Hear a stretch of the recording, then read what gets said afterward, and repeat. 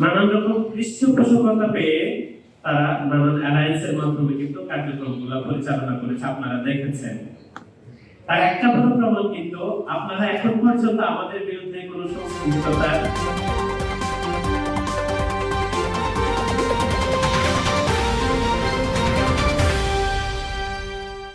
তো আমরা চাই আমাদের ইউএসএর পক্ষ থেকে আমরা সুষ্ঠু নির্বাচন করবো, সব জায়গায় পাঠাবো।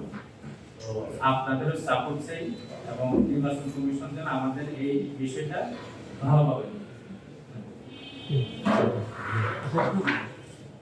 ধন্যবাদ। এই পর্যায়ে আমাদের সামনে কথা বলবেন election observer society USS senior vice president Ferdous Ahmed.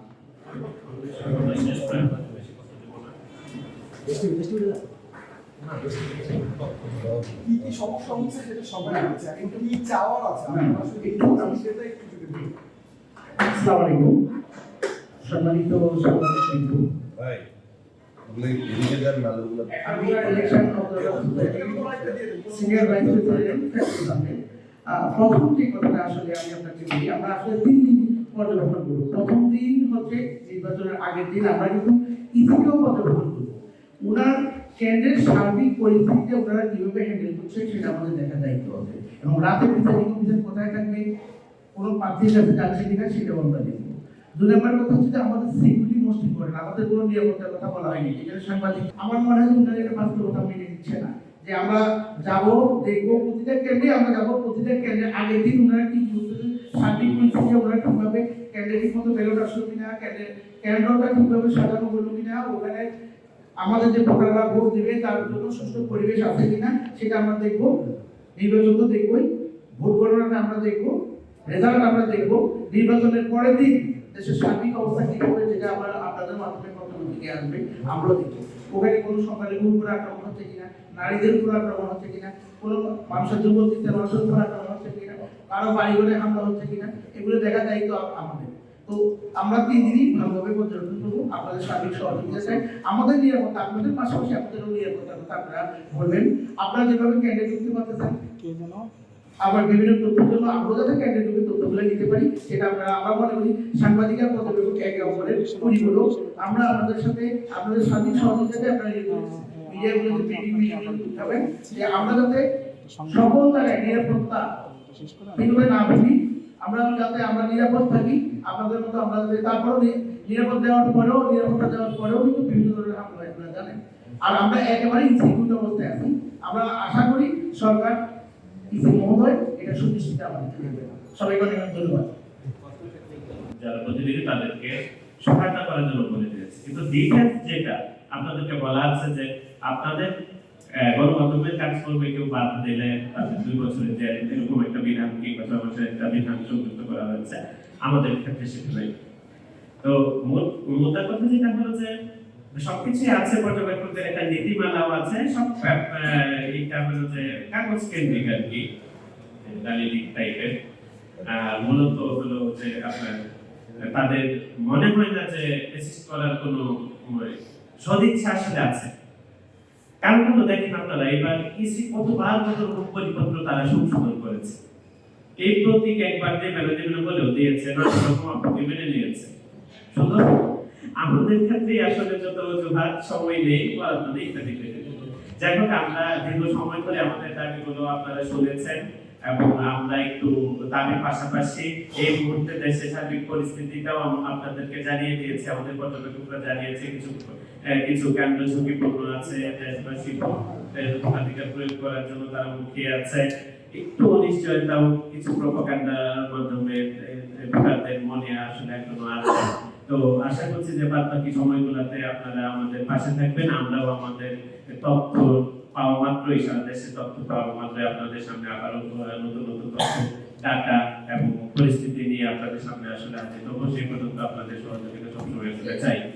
সবগুলো নির্বাচনে অধিকাংশ অবজারভাররাই আপনারা এখানে কাজ করেছেন, যারা সেই নির্বাচনে পর্যবেক্ষক হিসেবে ছিলেন।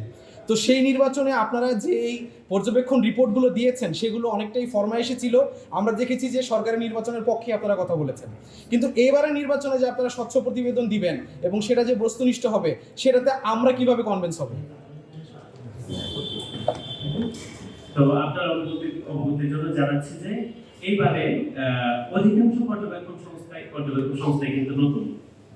স্যার আমার সংস্থা করেনি এর আগে, এবং আমাদের যে অ্যালায়েন্স তার 90% আগে করেনি। তো এই কথাটা আমি আসলে বলছিলাম আপনাদেরকে যে কেন আমরা নিরপেক্ষ। তার কারণ হলো যে আপনারা বিভিন্ন সময় দেখেছেন যারা বিভিন্ন দলীয় এজেন্ডা বা সরকারের নির্দেশনা বাস্তবায়ন করার জন্য নানান রকম পৃষ্ঠপোষকতা পেয়ে তারা নানান অ্যালায়েন্সের মাধ্যমে কিন্তু কার্যক্রমগুলো পরিচালনা করেছে, আপনারা দেখেছেন।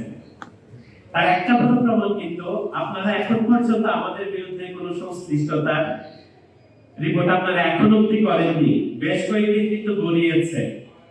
না, আমার কাছে তথ্য আছে যে আপনাদের অনেকে জামাতের রাজনীতির সাথে সংশ্লিষ্ট, অনেকে ছাত্রলীগের রাজনীতির সাথে সংশ্লিষ্ট। আপনি বললে আমি সেগুলোর নাম আপনাকে স্পেসিফিক বলতে পারি। আপনি যেটা বললেন যে 90%, আমার মনে হয় এখানে তথ্য একটু গ্যাপ আছে। অধিকাংশ লোক যারা আগে ছিল হয়তো ভিন্ন নামে এখানে করছে। আমার কাছে তথ্য আছে সরকারের উপদেষ্টারও হচ্ছে যে অবজারভার আছে। তাহলে এটা কিভাবে আমরা নিরপেক্ষ ধরবো? আমি বলছি আপনাকে, আমরা ইলেকশন অবজারভার সোসাইটি ইউএস এর পক্ষ থেকে এখানে আসছি। আমাদের তালিকা আমাদের সাথে আছে, আমাদের সঙ্গে 52টা অর্গানাইজেশন আসলে আছে। এই 52টা অর্গানাইজেশন অন্য কারো খুব একটা মাথা ব্যথা কিন্তু নাই। দেখেন, দাবি দাওয়া নিয়ে আমরা জাস্ট থাকা খাওয়ার মতো একটা ছোট্ট দাবি নিয়ে, যেটা আমি বলে কাউকে ছোট করতে যাচ্ছি না, কোন শ্রেণী পেশার মানুষকে ছোট করতে যাচ্ছি না। পর্যবেক্ষক পেশাটা অল্প 1-2 দিনের জন্য হলে একটা সম্মানজনক একটা প্রফেশন। সেই প্রফেশনের লোকেরা যাতায়াত আর খাওয়ার জন্য বারবার আপনাদের মাধ্যমে বার্তা দিচ্ছে। তাহলে এদের অবস্থাটা কোন পর্যায়ে আছে? এটা কে করছে? ইলেকশন অবজারভার সোসাইটি বারবার দাবিটা করছে। কারণটা কি? কারণ এদের কোনো পৃষ্ঠপোষকতা নাই, এদের থাকা খাওয়া টাকাটা নাই। আচ্ছা, আপনি বলছিলেন যে যদি সরকার আপনাদেরকে কোনো অর্থায়ন না করে তাহলে আপনাদের যে এত বড় একটা জনবল ফিল্ডে কাজ করবে তাদের খরচ বহন করা আপনাদের জন্য কঠিন হবে। তাহলে এখানে কি একটা সুযোগ থেকে যায় না যে কোনো পার্টি যদি আপনাদেরকে এখানে ফান্ড করে বা তাদেরকে ম্যানিপুলেট করার একটা সুযোগ থাকে না? কারণ তারা তো টাকা পাচ্ছে না। আমি বলছি পার্টি তো প্রশ্নই উঠে না। আমি বারবার করে বলছি যে নিরপেক্ষতার জায়গাটা ঠিক রেখে কমিশন অর্থায়ন কেন করে না? তারা বলে যে অর্থায়ন করে তাদের পক্ষে রিপোর্টিং করার সুযোগ আছে, সেই জন্য কিন্তু তাদের কাছ থেকে আমরা কোনো সম্মানই দাবি করছি না। তারা আন্তর্জাতিক পর্যবেক্ষকদের হোস্টিং সুবিধা দিচ্ছে, হোস্টিং ফ্যাসিলিটি মানে 5 তলার হোটেল বা যেটা দেয়। আমাদের পর্যবেক্ষকরা যেখানে থাকুক যাই করুক, তাদের খাওয়া আর হলো যাতায়াত। হ্যাঁ, আমরা যখন এই জেনেছি আপনাদের কাছে সকল অর্গানাইজেশনের তথ্য আছে, আমাদের অর্গানাইজেশনগুলো ভলান্টারি অর্গানাইজেশন। আমরা এমনিতেই সারা বছর দেখেন, এবার বর্ণাতে আমাদের অনেক ভলান্টিয়ার এই কোনো রকম ভাতা ছাড়াই নিজেকে বলে না খেয়ে উদ্ধার কার্য পরিচালনা করে। আমার নিজের সংস্থার কথা বলছে, উদ্ধার কার্য পরিচালনা করেছে, গ্রাম কার্য পরিচালনা করেছে, নানান দুর্যোগে এইভাবেই কাজটা করে। কাজে আমরা পর্যবেক্ষণ সংস্থাগুলো এইবার যারা নতুন হয়েছে, আমাদের কাছে মনে হয়েছিল যে এটাও একটা ভালো কাজ, এটাও একটা চ্যারিটেবল টাইপের কাজ। কাজে তাদেরকে আমরা উদ্বুদ্ধ করেছি যে তোমরা এই আবারও একটা ভলান্টারি ওয়ার্কের জন্য প্রিপারেশন নাও। সেইভাবে কিন্তু আমরা টাকাটা প্রস্তুত করেছি। সব তথ্য তো আমাদের কাছে ছিল না, তো ডে বাই ডে আপনারা দেখেন যে পর্যবেক্ষণ নীতিমালাটা কবে হয়েছে, নীতিমালাটা অ্যামেন্ড হয়েছে। ওই লাস্ট হলো যে আপনার রেজিস্ট্রেশন দেওয়ার পর, নিবন্ধন দেওয়ার পর নীতিমালা অ্যামেন্ডমেন্ট হয়েছে। সেখানে বলা হয়েছে নির্বাচনে পারবে না, আমরা তো সেটা জানতাম না নির্বাচনে পারবে না, এবারই করছে। তো নির্বাচনে যদি করতো তাহলে হয়তো বা তার এই যাতায়াত থাকার খরচাটা এই সেটা ছিল না, নিজের বাড়ি থেকে এই না হয় সারাদিন ঘুরে তারা একটা ভালো কাজ তারা করে আসতো। এইবার সেটা শেষ মুহূর্তে এসে সেটা প্রত্যাহার করে নিয়েছে। আমি আবারও বলছি আপনার প্রশ্নের বিপরীতে, নির্বাচনে তার খুব বেশি দিন নাই। আমরা যদি বায়াস হতাম তাহলে অলরেডি হয়ে যাওয়ার কথা ছিল আসলে। আর আমরা এসে থাকা খাওয়া নিয়ে আপনাদের সামনে যে কি বলে কণ্ঠসঞ্চার করে আমাদের অবস্থাটা আসলে এই পর্যায়ে নিয়ে যেতাম না যে আমাদের থাকা খাওয়ার পয়সা আসলে নেই। আর কোনো দল থেকে প্রশ্ন নেওয়ার তো প্রশ্নই ওঠে না। আমি তো বারবার বলছি যে আমাদের পর্যবেক্ষকরা সারা দেশে আছে, তারা আমাদের সিদ্ধান্ত হয়ে গিয়েছিল। আমরা যেদিন ইসির সামনে মানববন্ধন করলাম, ইসি আমাদের স্মারকলিপি এটা পর্যন্ত নিল না, তারা ম্যারাথন মিটিং করতেছিল একটার পর একটা। আমাদের পর্যবেক্ষণ সংস্থার প্রধানরা আমি আগেই বলেছি এরা সম্মানিত ব্যক্তি, তাদের অধীনে কর্মসংস্থানে নিয়োজিত বেশ সংখ্যক লোকজন আছে। তারা বেশ অপমানিত বোধ করে আমাদেরকে সিদ্ধান্ত নিয়েছিল যে আমরা প্রত্যাহার করে নিই, আমাদের কি দরকারটা পড়েছে। কিন্তু এবার যখন আমরা এই কয়েকদিন এই আজকে আপনাদেরকে এটাই হয়তো আমরা জানিয়ে দিতাম, কিন্তু আমাদের কাছে যখন তথ্য আসলো যে পরিবর্তিত পরিস্থিতিতে দেশের মানুষ আসলে মুখিয়ে আছে, আমরা তো দেশের নাগরিকদের মধ্যে পড়ি, আমাদের কাছেও আমাদেরও বদ্ধমূল ধারণা নির্বাচনটা হলে একটা নির্বাচিত সরকার আসবে, দেশে একটা সুন্দর স্থিতিশীল পরিবেশ বিরাজ করবে, সেখানে না হয় আমরা না খেয়ে থেকেও সেই একটা অবদান আমরা রেখে যাব। আমার লাস্ট প্রশ্ন, আপনারা আমি জেনেছি যে 4টা অ্যালায়েন্স আছে আপনাদের মধ্যে 81টার মধ্যে, তো 4টা অ্যালায়েন্সের আসলে কিসের ভিত্তিতে অ্যালায়েন্স করেন আপনারা? মানে আপনাদের এই সংগঠনগুলো তো প্রত্যেকটা ইন্ডিভিজুয়ালি আপনাদের রিপোর্ট দিতে হয় ইলেকশন কমিশনে, তাহলে আপনাদের অ্যালায়েন্স দরকার হয় কেন? এবং অ্যালায়েন্সের আসলে কোনো আদর্শিক অ্যালায়েন্স নাকি আসলে কোনো কিছু কিসের ভিত্তিতে করেন আপনারা? আচ্ছা, আমি বলছি আপনাকে আগেও কিছুক্ষণ আগে জানিয়েছি, এখনো জানিয়েছি যে আমাদের যে অ্যালায়েন্সটা হয়েছে ইউএস এর 90% একটু কম বেশি হতে পারে, এবার নতুন, এবার নিউ নির্বাচন পর্যবেক্ষণে এরা এবার নতুন। তো যেহেতু নতুন, একটা নতুন বড় কাজে তারা যুক্ত হতে যাচ্ছে সুষ্ঠু সমন্বয়ের সাথে। এই যে আজকে আমরা কথা বলছি এখানে, তাদের সমস্যাগুলো বলছি, আপনাদেরকে জানাচ্ছি, এটা তো ইন্ডিভিজুয়ালি ঝিনাইদহের আমার এই প্রতিষ্ঠানের পক্ষে সম্ভব ছিল না। এখন তো আপনাদের মাধ্যমে আমরা অ্যালায়েন্সের মাধ্যমে দাবিটা আমরা পৌঁছে দিচ্ছি, আমাদের আপনারা সেটা প্রচারও করছেন, একটা প্রভাব আমরা বিস্তার করতে পারছি, অন্তত কনফিডেন্স তো সঞ্চার করতে পারছি। সেটা একটা নতুন সংস্থা অ্যালায়েন্স ছাড়া কিভাবে সে পারত সেটা করতে? তার তো সুযোগ ছিল না। আমরা প্রশিক্ষণটা সম্মিলিতভাবে দিয়ে দিচ্ছি, আমরা ফর্মগুলো সম্মিলিতভাবে করে নিচ্ছি। কোনো রাজনৈতিক আদর্শ নাই এর মধ্যে? না, আমাদের আপনারা দেখেন না, সময় তো আছে, কিন্তু এখন পর্যন্ত পারেননি। আশা করছি যে বাদ বাকি সময়টা অন্তত ইউএস এর পাবেন না। আমরা নিশ্চিত হয়ে নিয়েছি যে আমাদের পর্যবেক্ষণ সংস্থাগুলো যাচাই কতগুলো ক্রাইটেরিয়া আছে আপনি জানেন, তার মধ্যে একটা হচ্ছে নিরপেক্ষ।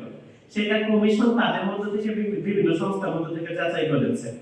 মতাদর্শী তো থাকতেই পারে, কিন্তু আমরাও আমাদের মতো যাচাই করে নেওয়ার চেষ্টা করেছি যে এখানে কোনো দলীয় মত কিংবা দলীয় কোনো বোধ পাবে না। এই যে আপনার একটা কোশ্চেনের কারণ আছে বোধহয়, আমি বলছি আপনাকে, আমরা কিছুদিন আগে একটা প্রশিক্ষণ কাজ করেছি, একটা প্রতি বিভাগ থেকে একজন করে ডেকে এনে একটা প্রশিক্ষণ দিয়েছি পর্যবেক্ষকদের আচরণ নিয়ে।